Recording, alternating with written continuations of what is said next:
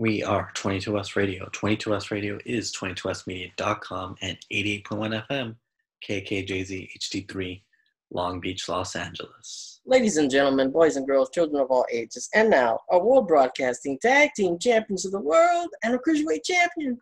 I'm Ethan. I'm James. I'm Bob. And this is episode 120 of Beyond the Ropes. We are BTR Pro Wrestling Talk. Sorry, not great. I almost said my name's Rob. I did that once, I think. I tried so hard, it almost happened. I think that happened to me one time, yeah. So, yes, of course, I'm your host, Ethan, joined alongside the Analyst, James, not Rob, James, and of course, our producer and timekeeper, Rob Flores. You can follow me at EthanMV95 on Twitter and EthanMV on Instagram.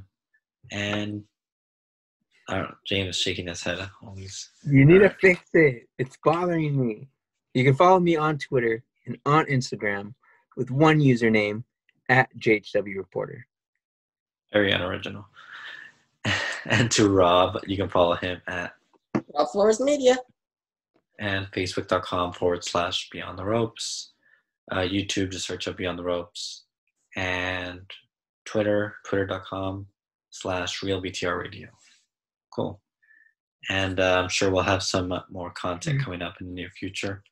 War Games happened this past week. NXT TakeOver War Games. We gave our predictions last episode.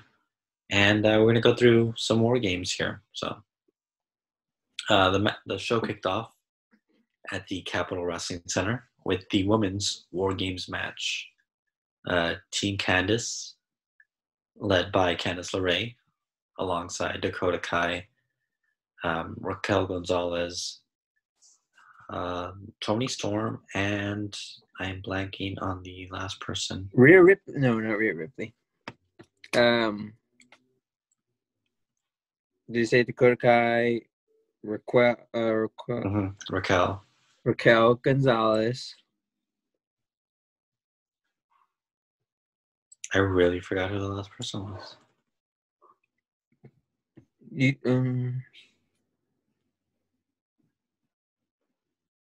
don't know. Anyways, Team Shotzi is Shotzi Blackheart, Ember Moon, Io Shirai. Ethan, you want to know why we forgot? Why? It's because they're just the disappointment of the way this match ended up. I was not. How do you have Rhea Ripley on your team and lose? She didn't get pinned. Still, it doesn't matter.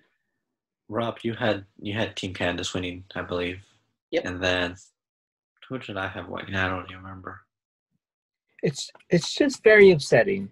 And they had a returning Ember Moon. I know she had been back for a while. Uh-huh. And they had the women's champion, right? Io, yeah, she got pinned by Raquel Gonzalez. And then they had, clearly they're building Gonzalez in this. I saw she was on NXT, I think, throwing Ember Moon around like a dart, if I'm not mistaken. So, that's tonight, yeah. That's tonight's episode. Yeah, so they're building her, obviously, and it's showing. So good for her. Get someone I think who will match up well with Rhea Ripley, obviously, just from a size standpoint. I'm sure I think they've had matches before. So no, didn't they with the Robert Stone brand? Wasn't that who they brought on? Wasn't Raquel who they brought on? No. That was Mercedes. That was Mercedes. Okay. Well, then I don't think they have, because that was the match I was thinking of. So if that wasn't, that was Mercedes, then yeah. So, I think. I was mistaken. There was only 4 members, of course, on a War Games team. So we mentioned everyone. Indy Hartwell was the one that's been helping Candice out. She made an appearance, so she was technically the 5th person. Okay. Yeah. So this match started off pretty well. The first person that started for LeRae's team was Dakota Kai. And then we got we got Ember Moon starting off for Shotzi's team. So they were kind of the two Iron Women, lasting over 30 minutes at least.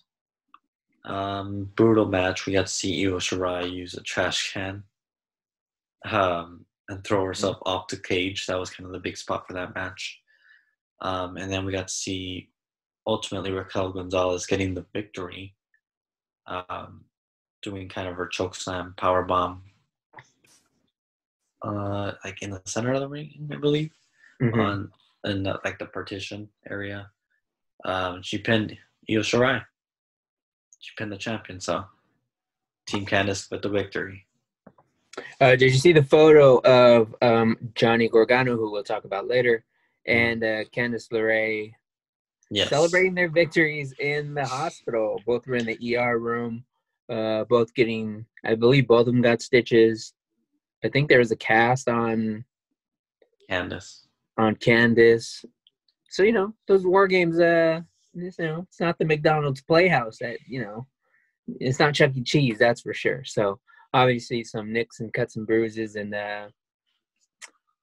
it's not something I'd sign up for to have fun, but whatever pays the bills, I guess. You wouldn't want to go inside one time? No, not with like 7 other people, no. Maybe by myself, sure, I'll go, I'll check it out, but that's about it. All right, next match. That's just me. I mean, do I think of the 3 of us, if we had a War Games match, I would win? Yeah, sure. But, that's not here or there, Just saying. You don't think so? No. All right, so we're gonna book that. We're gonna book that for sure. All right, let's see what else. We did see just some other notable spots. Moon performing the Eclipse while Dakota Kai was standing over 2 chairs. So she hit the Eclipse kind of, I guess, where Kai basically hit the top of the chair, which is interesting. And then we saw, who was it? We mentioned LeRae with her arm. I believe she was under a chair and she took a double stomp from the opposing. I think that's what caused the injured arm. So, yeah. So that's, hopefully she's okay. I haven't heard any updates. NXT is going on, or was going on. So, yeah, maybe they provided with some stuff. But, yeah. Next match was pretty stiff. We got to see Tommaso Ciampa taking on Timothy Thatcher. This was, just back and forth, straightforward stuff. The only standard singles match on the show. Heavy mat wrestling. They were kind of targeting each other's body parts. And, there was a little bit of blood, I think, on the ear for Thatcher. I told you there'd be some color on this show. Wrong match. Wrong match for sure, but color nonetheless. Let's see. And then Ciampa did win. DDT, I believe. So, who predicted? Did we all predict Ciampa for that one? I think I had Ciampa in that one. I think we all did. Yeah. I don't think so. I don't think we had a sweep on any. I think we all agreed on one. I don't think so. Maybe. I don't know. I don't remember. We gotta rewatch our shows. I thought you wrote them down, sir. No, I don't keep track. Fair. You're the analyst. You got it. Well, I would have known. I would have wrote them down. All right. Next match was the strap match featuring Cameron Grimes and Dexter Lumis. I think this is where we swayed. I think. Did we all have Grimes or no? We all had Lumis. I had Grimes because I think I had Grimes. I think they're doing something with him. I think Rob, you had Loomis or Grimes. I don't know. Anyways, Loomis won. They booked this match pretty well because they had, I'm going to say, they essentially had Grimes attack Loomis before the match. He brought his own strap to start off, so he kind of assaulted him, breaking him down. So, and then he even used like the bag that the strap was in to cover Loomis's face for a brief portion of the match. So it kind of gave him the advantage there. Ultimately, Loomis kind of overpowered him and picked up the victory. So Loomis is moving on up there. Yeah, I think both of those guys will be moving on up. I think they'll both kind of be in the mix for a while. I agree. The only championship match of the night, a triple threat match between NXT North American champion Leon Ruff, the challenger, former champion Johnny Gargano, and of course Damian Priest. This was a fun match. Fast paced, a lot of back and forth, a lot of cool sequences. You can tell Priest didn't really want to assault Ruff. He was kind of still being friendly with him. There was a point where he kind of looked like he injured him, and Ruff was sent to the back. He eventually did come back out. And we got to see 6 different ghost faces, which is interesting. Johnny Gargano is kind of buddies. But it was ultimately one that hit Damian Priest with the pipe, taking him out of the equation, giving Gargano the opportunity to hit his one final beat DDT to eliminate Ruff and win the North American title for the 3rd time. So they finally found something to do, I guess, with Austin Theory now? Is they putting him with Gargano? Is that what it was him all along? Did you hear it? I didn't hear it. I saw the photo, and it kind of I don't know, found it kind of interesting. Curious to see what they do with him, and it seems like anytime they kind of put Theory in something, it kind of stops not long after. So we'll see. Yeah, it was kind of paying homage to the Vince reveal. It was him all along. Okay. He was saying that when he revealed, it was him all along. Austin, because he was seeing his name. Oh, right. I'm trying to remember what Vince was wearing, or what was. It was a hood. He just had the hood. Okay. It was like the brown or black hood. Yeah. So. Yeah. I remember. I'm pretty sure I watched that one live. And then next up, of course, match of the night. You guys, disappointed in you guys because you guys really went against the Undisputed Era here. You wanted them to split up. You were saying they were going to break up. I still think they might.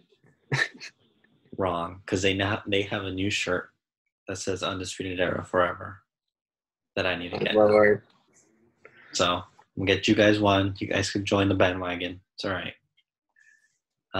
Bet. All right, fine. Give me a shirt now. I'll be all in. Undisputed Era took on Team McAfee, where Undisputed Era won. It was a long match too. It went like an hour. Kyle O'Reilly started off with Pete Dunne. They got very technical. Of course, McAfee's team had the advantage, so I believe Orkin was up next. And then it was Bobby Fish. And then Danny Burch. Then Roger Strong. Of course, McAfee came out. And then Adam Cole. So, a lot of gimmicks in that. A lot of gimmicks in that match too. As Jim Cornette put it, I think it looked like Home Depot out there with everything that was put out there. If I'm not mistaken. I didn't see his comments, so but yeah. I'm sure. Very I don't think he liked him. He was very critical of the match and said that he was actually skipping over like 10 minutes, 5 minutes at a time. He does that. a lot. Yeah. I The mean, matches, yeah. I probably, you know what? I mean, I probably would have too if it was an hour-long match. But I It think was a good McAfee, match. McAfee had a high spot in there, didn't he? Didn't he go on the top of the cage? He did Had the guys kind of bunched up in the middle of the ring there. Mm-hmm. Not bad for a football player. Oh, you know what? I think who is it? Vic Joseph, I think, is the commentator for NXT. Mm-hmm. Or it might have even been Wade Barrett who said the richest man in the ring or the richest man in NXT is the one jumping off the cage or something, which I thought, which is kind of an interesting comment. I mean, considering, the football career, I'm sure he has made more money than anybody in that ring. So for him to be taking bumps like that, I think is kind of cool. He's not, there's no shortcuts with McAfee, and I could appreciate that. Mm-hmm. He also hit a moonsault onto Roderick Strong onto a table. So he did a table spot as well. That's right. And actually, he was pushed onto a table off the top rope. So he took some bumps. Yeah. Ultimately, Kyle O'Reilly, the jumping knee off the top rope onto a steel chair onto the face of Oney Lorcan. I don't know if you saw that picture. I don't think it did. Oney Lorcan's face is all messed up. Is it really? Ooh, okay. Kyle O'Reilly shared it as well. So, but yeah, he got the victory. So there you go, undisputed era. Telling you, they're pushing him. Adam Cole's in the back. That's okay. They just switch out. It's fine. Okay, so when he wins the title, I mean the NXT title picture is a little interesting as it is at the moment. Mm-hmm. But when Kyle wins the title, I think that's when we're gonna see them break up because Cole's gonna get jealous. Stop. Yeah, I'm telling you, that's how it's gonna happen. I bet they're never gonna break up. Nope, it's gonna happen. Mm-mm. Mm-hmm. All right. So when we return, because we have a minute. When we return, James is gonna be giving us a ratings update. Yeah, and there's a lot to talk about with the Wednesday Night War, as we obviously kind of hinted at with War Games. We'll talk about the Wednesday Night War and everything with that and the ratings after this break. We are 22S Radio. 22S Radio is 22smedia.com and 88.1 FM, KKJZ HD3, Long Beach, Los Angeles. Welcome back. Of course, this is episode 120 of Beyond the Ropes. We are BTR, Pro Wrestling Talk. Of course, I'm joined by the analyst, James Williams, the producer and timekeeper, Rob Flores, and of course, I'm your host, Ethan Ortiz, and we are doing this virtually. Of course, make sure you're staying at home, staying safe. It's crazy out there, but we're excited to still be bringing this content out to 22S Radio and YouTube and everywhere else. James, you have ratings, don't you? Yeah, I do. AEW with a big win, as many should expect, over NXT in the latest ratings, or so for last Wednesday Night War, 913,000 for AEW compared to 658,000. That's a lot. Now that's a big difference. I mean, that's come up before. I think that's happened a few times. I mean, yeah, but still, I mean, but again, it shows you what having a good show, which is hard to do every week. But when you have a good show, the way AEW did last week with Kenny Omega winning the championship over John Moxley, as he's known as now, and obviously with Sting debuting on AEW, as we mentioned last week. Of course, you're going to I would think you're going to win the ratings that week. If you don't, there's a problem. So NXT did spice things up, just kind of from what I've seen. Obviously, we're recording this as the latest episodes of AEW and NXT are airing. But NXT looked like they're putting on a good show. We had Karrion Kross return, who I think, Ethan, he's one of your favorites. He's all right. Yeah, so he was in there. He was actually in there with he destroyed Damian Priest tonight. That's for sure. I don't know. Did you see that clip? He destroyed Damian Priest, And then you also had Karrion Kross's manager, Scarlett, I think, circling around the way I think she normally does on Finn Balor there and kind of giving him the eye. So I guess, we're going to see Kross get back into that title mix. I mean, as he should. I mean, he dropped the title with an injury right after he won it. Finn Balor comes in and wins that title. So I think that's the match that everyone's waiting for and that we should expect. I'm not sure if the next takeover would be the one at WrestleMania. I would hope so, because I think there's one in February.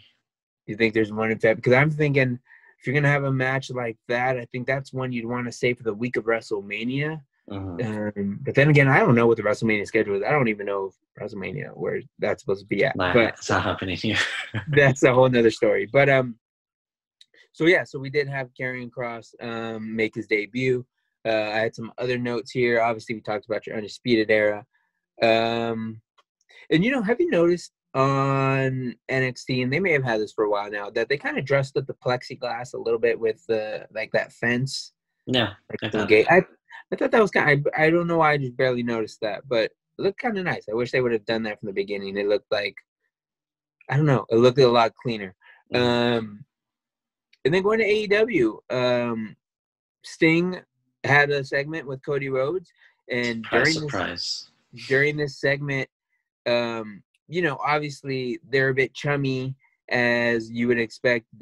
Cody being the son of Dusty Rhodes, who had several matches, I'm sure, with Sting, and Sting just working in WCW when Dusty was doing some of the booking and just being there as a commentator and whatnot throughout the 90s. Obviously has a good relationship with the Rhodes family. So obviously we're going to see where that goes. Things are friendly right now, but I think we'll get a match between the two at some point.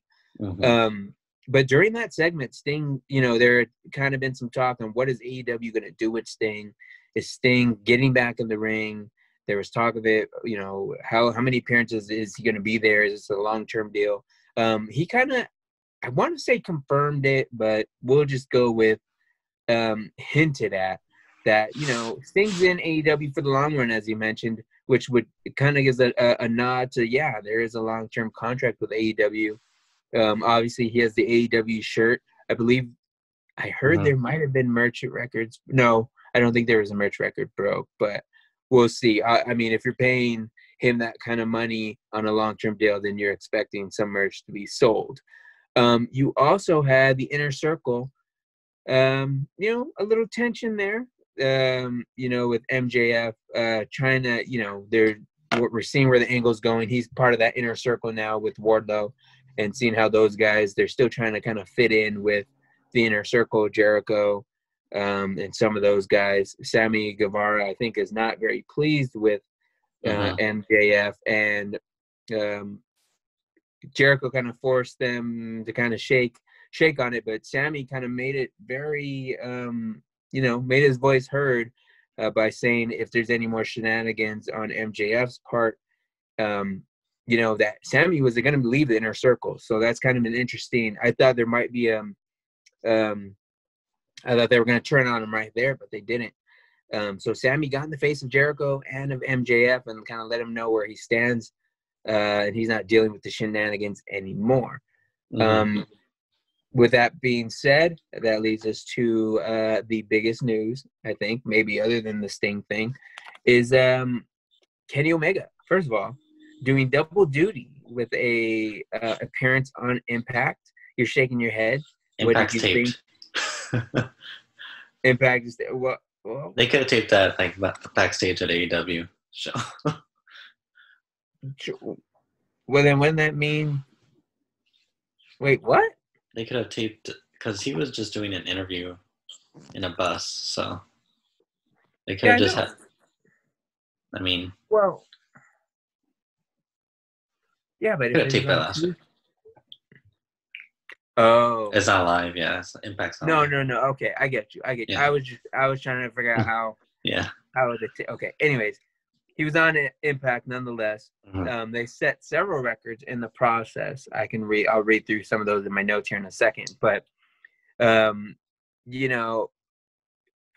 very interesting. They had Josh Matthews kind of doing the interview, even though, Kenny and his crew kind of led the charge. It was funny because they did the same thing again tonight on AEW where they didn't let Tony talk at all. Tony Schiavone.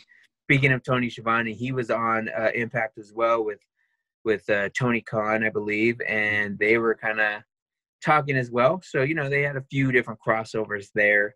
And I thought it was interesting. I'm still not entirely sure how the whole crossover thing is going to work out long term, but interesting. And as you made it very clear to point out to me, Impact has already very quickly disrespected their champion. Guy standing at the door, not letting Rich Swann in. Let him in the door of his own company that he's the champion of, because the almighty, or that's Bobby Lashley, whatever you want to call him, Mega, he's like the new champion. So now there's this guest list or something, and obviously, and apparently Josh Matthews is on the guest list, but then again, he was doing the interview. So I don't know. I don't think that's a good move by Impact. First of all, you're gonna have Rich Swann more or less get buried. I'll call that a burial. For him to get buried on the show, I mean, if AEW cuts ties tomorrow, you have already made your champion look worthless. So bad move on their part. I think if anything, you said it was taped, and it probably was. Kenny Omega may not have even been at Impact at all. But have a stare down, have some sort of, segment between your champion and Kenny Omega. Do something, but don't bury him. So I'll, it's classic Impact if you ask me. But yes. But you got 221,000 for AEW on Access TV. No, for Impact on Access TV. You had 52,000 at peak viewership for Twitch. I believe Impact announced that they had at least doubled, I think, their weekly rating, their average weekly rating on Twitch in terms of viewership. 61,000 have watched Impact or their content over the past 24 hours on Facebook. So, Impact is getting some numbers. Impact, I guess you can say AEW is creating an impact for Impact. So, we'll see where it goes. I guess there was some other crossover with some tag teams. I think wasn't there a tag team, I think, from Impact that was kind of had a match with the Bucks or something. I'm not totally aware of that. I was more kind of focused on the Kenny Omega stuff, but we'll see. And I guess you would probably know this better than I would, Ethan, with Kenny Omega. He's doing his new his old catchphrase or something. Are you aware of this? Yeah, I guess he's back to the gimmick he had in New Japan, the cleaner. So it's okay? Yeah, so it's kind of basically his heel persona. Don Callis referred to him as 7-Star Kenny or something. Yeah. And he gave him a few nicknames. Kenny, oh my God, Omega was one. He called him a few different things, but one thing is they took credit for creating AEW because apparently a match between Jericho and Kenny Omega inspired AEW, as Tony Khan or one of the Khan family had mentioned prior. So I guess Don Callis had a hand in that match happening in New Japan. So right. That so with that statement alone, they're taking credit for the AEW brand as a whole. So they're not saying that they stole the championship from Moxley, but they more or less are just taking back what's rightfully theirs. We'll see how it plays out. I don't know how I feel about it from an AEW standpoint, but Impact is definitely seeing the benefits of it. So far, yeah. So far. It's only been 1 week. There's a lot of time to mess this up. Plenty of time to mess it up. It's Impact. They'll find a way. How many minutes do we have? Okay, cool. We're going to talk about the Slammy Awards in our final segment. We're not talking about it yet. We can talk about it yet. we can run through Raw a little bit because Drew McIntyre did the shot put suitcase throw into the Titantron. Well, not the Titantron, but into the set. And it's probably going to get a small little piece of his paycheck taken out to pay for that. I would think. I would hope. He and Sheamus also took down an official, so that's interesting. Okay, pause. What do you think of Sheamus's gimmick? And did anyone notice? I think it was a week or two ago where Sheamus had his hair unjailed, and I thought new gimmick Sheamus was with no spiky hair, and then he comes to the ring and he had spiky hair. When he doesn't wrestle, he wears that outfit. So, and the hair down. When he wrestles, I don't know. So this is the thing, okay? Because I was very confused. Like my mind was blown watching this. I saw him like do a backstage segment, and then like an hour later, he had spiky hair, and I was like, "Wait a minute!" And I was very confused. But I kind of, Sheamus has done things with his hair before, where didn't he like? Yeah, the mohawk. Like mohawk pigtail things or something. So keep it down. Don't do the spiky thing. I mean, you're kind of doing this brawler Irish gimmick. I mean, put your hair down. I don't know if Irishmen are really making spiky hair. I don't know. So I don't know. I think it's a missed opportunity. But what do you think of the gimmick? What do you think about that in particular? I know Sheamus is not winning the title anytime soon, but you're doing something with him. I'm wearing a Sheamus shirt. You are wearing a Sheamus. Okay, I didn't know that. You had your Sheamus shirt. No, it's. I mean, there has to be something there if he's with McIntyre, right? I mean, it has to lead to something. I would think. I would think so too. And they have history. I mean, if we're not going to get Jinder and Drew. Jinder is still out with injury, I think so. I mean, even if Jinder was healthy, would he still be on? I don't, possibly. So, Randy Orton and the Fiend is picking up. I thought, I was kind of impressed with the way they did that Bray Wyatt Fiend swap there at the end, but obviously with no crowd in attendance, they can pull a shenanigan like that. But I thought it was kind of cool. So,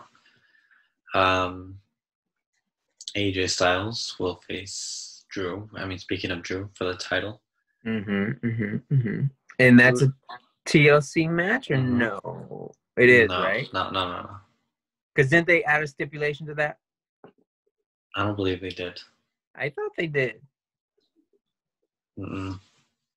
That's the Universal title match. I know that. I mean, but if it's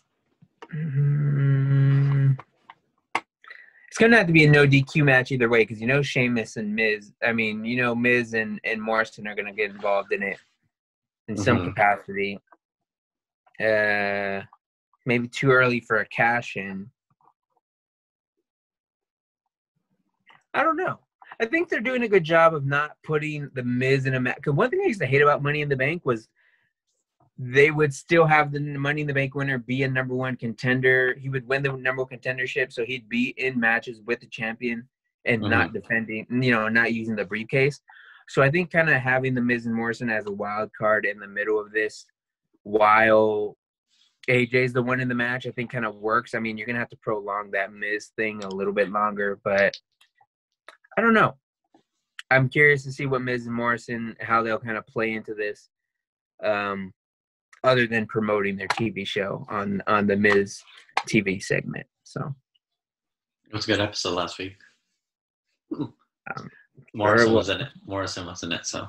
I thought he's in it every week. No, because they kind of just brought him back on last week's episode.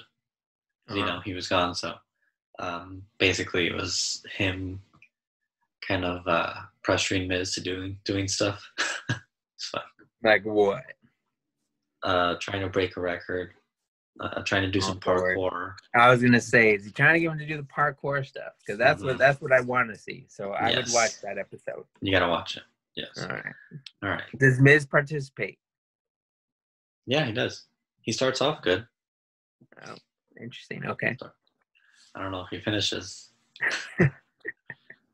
Let's see what else. We have a minute left. We're going to talk about the Slammy Awards. Did you see any of the nominees? Yeah. Well, I mean, the women's, the women's wrestler of the year is one that I want to talk a little bit about when we come back, because people are making their voices heard, and I think they're all wrong. Okay. All that and more right here on Beyond the Ropes. We are 22S Radio. 22S Radio is 22smedia.com and 88.1 FM KKJZ HD3, Long Beach, Los Angeles. And we're back with episode 120 of Beyond the Ropes. I'm your host, Ethan, joined alongside the analyst, James, and of course, our producer, Rob. All right. You can follow us on social medias at EthanMB95 on Twitter. James, where can they find you? You can find me on Twitter and Instagram at JHW Reporter. And Rob? Rob Flores Media.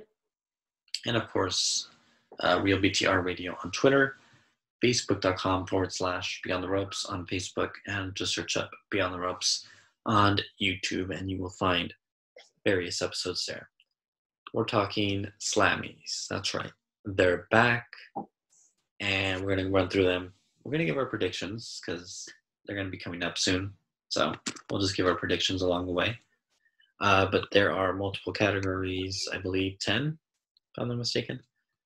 2, 4, 6, 8, yeah, 10. So it's going to be Moment of the Year, Male Superstar of the Year, Female Superstar of the Year, Breakout Star of the Year, Ring Gear of the Year, Return of the Year, Tag Team of the Year, Rivalry of the Year, Match of the Year, and Superstar of the Year. So we'll start, I guess, from the bottom here as I'm pulling up the list. You guys all have your lists, right? Yeah. Okay. We're going to start with Moment of the Year. By the way, I think you can still vote on all these. The winners will be revealed on YouTube, Facebook, Twitter, and I think WWE Network. They're going to stream it on Wednesday, December 23rd. So on Festivus, that should be fun. If you're a Seinfeld fan there, you got that reference? Mm-hmm. All right. Moment of the Year. There's a lot of them, so keep up. All right, guys? You guys are reading them? Right? Yeah. Okay, cool. Yeah. Moment of the Year. The Undertaker's final farewell at Survivor Series 2020. Drew McIntyre defeats Brock Lesnar for the WWE title at WrestleMania 36. Becky Lynch announces her pregnancy on Raw, May 11th. Edge returns in the men's Royal Rumble match, Royal Rumble 2020. The New Day's farewell address on SmackDown October 16. Roman Reigns and Paul Heyman unite on SmackDown August 28th. Bayley betrays Sasha Banks on SmackDown September 4th. And the New Day gets drafted to different brands, Raw October 12th. Rob, who are you predicting is going to win this one? New Day farewell. Interesting. Okay. Should we make notes of these? I'm writing them down. Okay. We find out what the analyst is doing. What the analyst. My God. You're making me use my good pen. All right. Who do you have, James? I have Edge, and it's not even close. And Edge returned. We didn't know Edge was going to be in the Rumble, right? Nope. Yeah. So how is it? That's the moment of the year, by far. You? What did you? What'd you say? Like you don't know. It's Becky Lynch. Becky Lynch announces her pregnancy. No. I agree. The moment of the year should be Edge. It's not going to be. It's going to be Becky Lynch for a reason. Why? She just had the baby. Congratulations to Seth Rollins and Becky Lynch. The Messiah, congratulations to him. Yeah. So you got a mini Messiah in the world, okay? Yes. Is that why they win the award? Well, yes, but no, there's another reason, which we'll get to in a bit. Okay. I'll explain it right now. Okay. Overall, did you guys think all these are worthy of being nominated? Yeah, I think so. I mean, Drew McIntyre winning the title is up there. The way he did it is, and then you got Paul Heyman and Roman Reigns and the way that went down. Yeah, that's surprising. Bailey and Sasha, I mean, we knew it was coming, but I think, and then the New Day won. That's fine. They're nominated twice. They actually are nominated twice.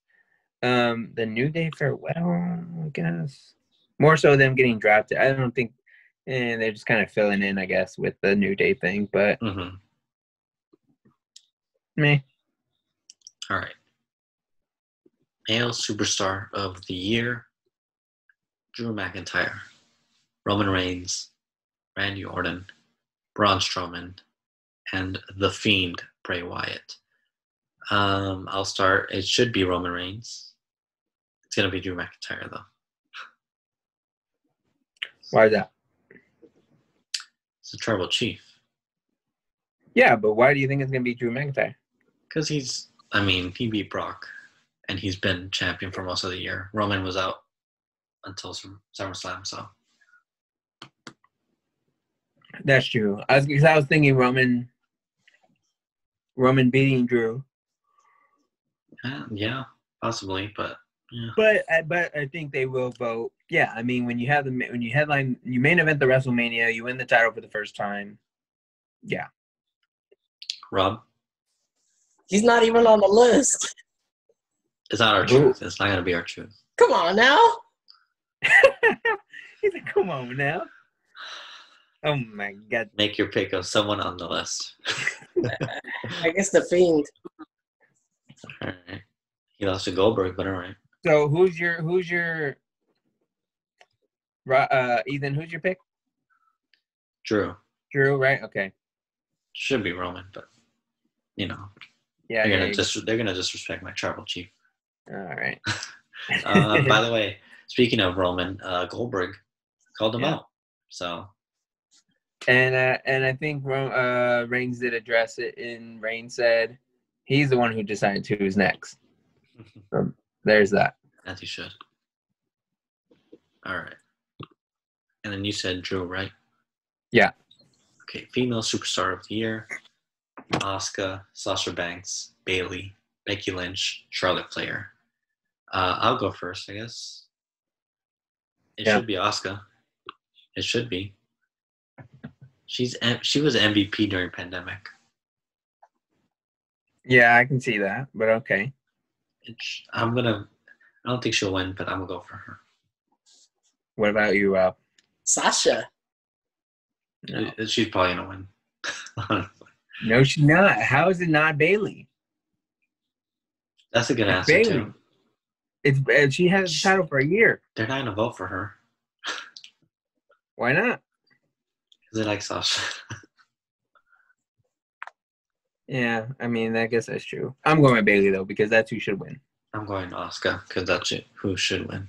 I think it could easily be Sasha. It could easily be Sasha. It could easily be Asuka, but there's no reason why it shouldn't be Bailey. Mm-hmm. It's not even close. I wouldn't be mad at that.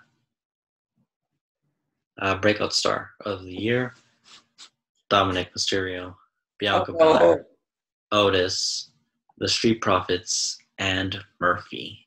James, who do you have here? James will take the Street Profits. Okay. Rob? Exactly. It's Bianca Belair. No, how? I mean, you're not wrong, but I mean, like, come on. Sure, I get it, but what big match has she been into? What she was lumped into the Survivor Series match. She was a Survivor member of Team SmackDown. And that makes her the breakout star? The Street Profits have won the titles how many times this year? Technically, they're handed the second ring.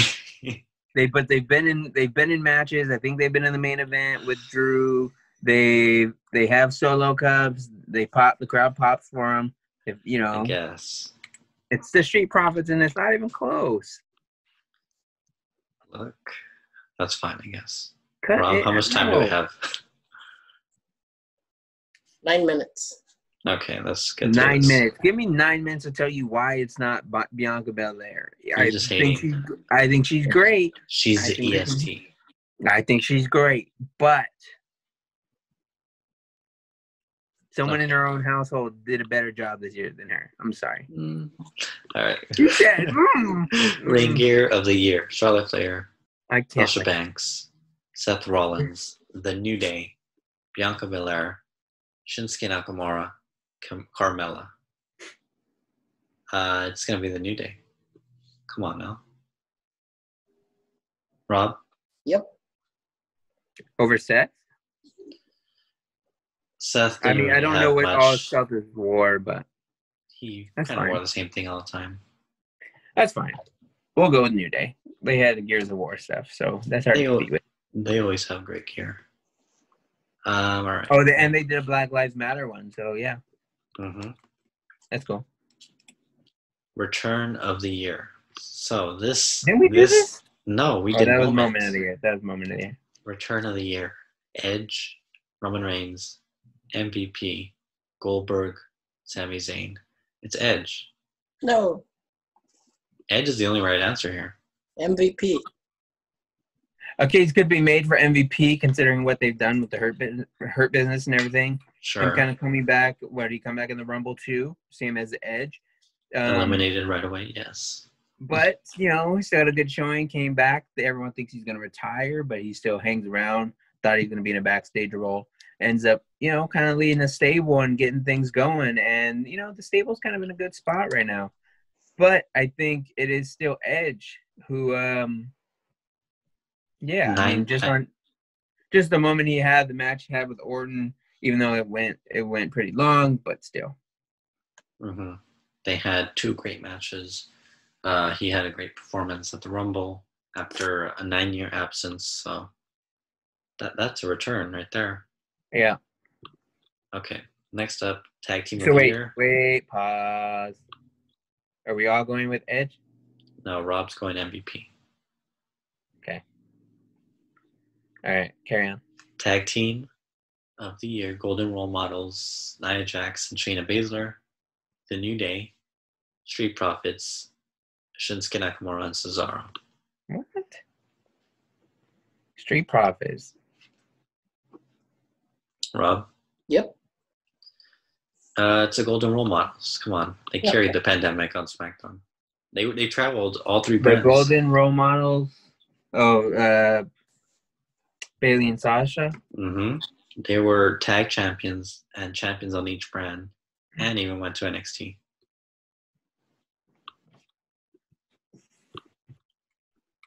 I can kind of see that. I'm going for them. Hold on.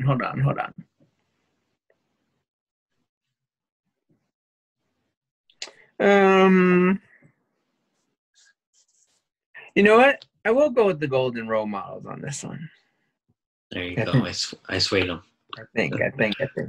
Yeah, I mean, just because the Street Profits are going to win Breakout, even though Bailey is going to win Female of the Year. She's not. I feel like if Asuka could win female. I feel like Asuka could win. Mm-hmm. They'll win tag team. And then they'll win tag teams. I can see that. I kind of see that. I'll go with Golden Role Models. Golden Role Models as well for me too. Rivalry of the year: Seth Rollins versus the Mysterio family, Drew McIntyre versus Randy Orton, Edge versus Randy Orton, Sasha Banks versus Bayley, R-Truth versus the World, and Lana versus Announcer's Table. Rob, I know who you're going for. Go ahead. Sasha versus Bailey.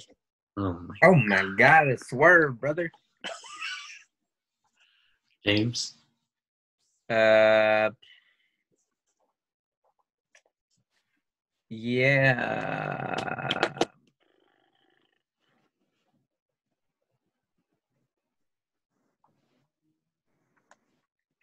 I'm kind of stuck between Truth versus the World or Lana and the announcer tables, because Lana versus the announcer tables, hear me out now. Hear me out. There was consistency there. What was it, 9 weeks? A 9-week rivalry? You don't see that. You don't see a lot of that. Yes, you do. Yes, you do. he said, yes, you do. I'm going to go R-Truth versus the World, because what a year Truth had. Think about it. Listen now. That might actually happen, to be honest. The gobbledygooker. Yeah. Ninjas. The other things, I'm sure. But it's been a busy year for Truth. And I'm sure he's won the title like 20 times just this year. So I'm going with Truth. Edge versus Randy Orton. Yeah, that was cool too. That was really good. That's some of the best storytelling. You got Undertaker to almost shed a tear. So, okay. yeah, I'm going to go with that. That was my favorite thing of the year. So we got 4 minutes. Match of the year? Is it match of the year? All right, match of the year. Undertaker versus AJ Styles, Boneyard match, WrestleMania 36. New Day versus Hurt Business. Edge versus Randy Orton in the greatest wrestling match ever. Men's Royal Rumble. AJ Styles versus Daniel Bryan for the IC title. Roman Reigns versus Jey Uso for the Universal title at Hell in a Cell I Quit. Sasha Banks versus Bayley in Hell in a Cell. AJ Styles versus Sami Zayn versus Jeff Hardy. Intercontinental Championship Triple Threat ladder match. Drew McIntyre versus Roman Reigns Survivor Series 2020. And Becky Lynch versus Asuka in the Royal Rumble. All great matches, by the way. All right, we got to make it quick. Yeah, I don't know. Go ahead. I'm going to go with Edge Orton, greatest wrestling match ever. Isn't that the one people were saying went too long? Or this was the other one? No, this was the one after. All right, I'll go with that one too. Rob? Sasha versus Bayley. That was a good one. These were all really good matches. So, Superstar of the Year, Drew McIntyre, Roman Reigns, Randy Orton, Braun Strowman, The Fiend, Bray Wyatt, Asuka, Sasha Banks, Bayley, Becky Lynch, and Charlotte Flair. Why do I keep throwing Charlotte in these? I'm going to go with Drew on this one.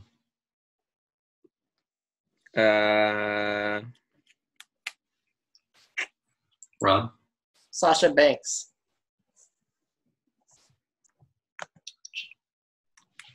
Rob went with Sasha. You went with who? Drew. True. Although I'm offended that Seth Rollins isn't nominated, but whatever. Now, can a case be made for Randy Orton winning the championship? He had 2 high-profile feuds with Edge and Drew McIntyre.